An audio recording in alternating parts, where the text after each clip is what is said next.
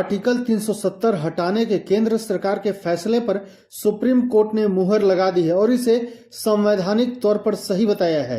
इस पर प्रधानमंत्री नरेंद्र मोदी समेत भाजपा के तमाम नेताओं ने खुशी जताई है।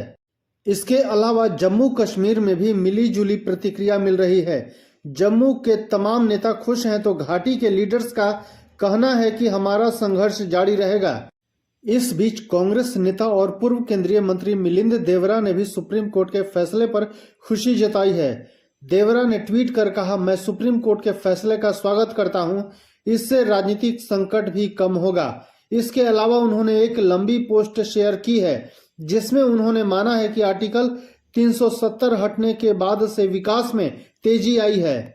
देवरा ने कहा कि भारतीय संविधान में आर्टिकल 370 हमेशा से एक अस्थायी प्रावधान था। इसे हटाने से हम एक बड़े संवैधानिक कदम की ओर बढ़े हैं। मैं भी आर्टिकल 370 को हटाने का समर्थन किया था, लेकिन यह सभी पक्षों से बातचीत करके और बिना गैर जरूरी पाबंदियों को थोपे ही किया जा सकता था।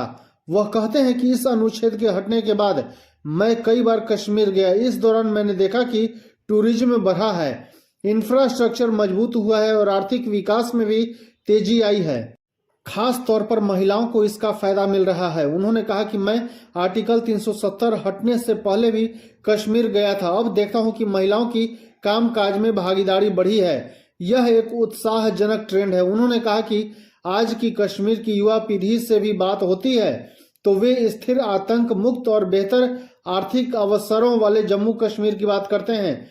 इससे पता चलता है कि उनके अंदर एक वैचारिक बदलाव ही आया है। देवरा कहते हैं कि कुछ लोग ऐसे हैं जो मानते हैं कि उनका नुकसान हुआ है, लेकिन ऐसे लोगों को यह महसूस करना होगा कि उनका भारत से नाता क्या है और कैसे पाकिस्तान एक असफल देश रहा है। मिलिंद देवरा ने कहा कि भारत की विविधता वाली संस्कृति है, इसमें सभी लोग समाहित हो जाते हैं। कश्मीर के लोगों ने हमेशा ही अलगाववादी और आतंकवाद सोच को खारिज किया है, इसलिए उनका हक है कि शेष भारतीयों की तरह ही उन्हें भी अधिकार मिले।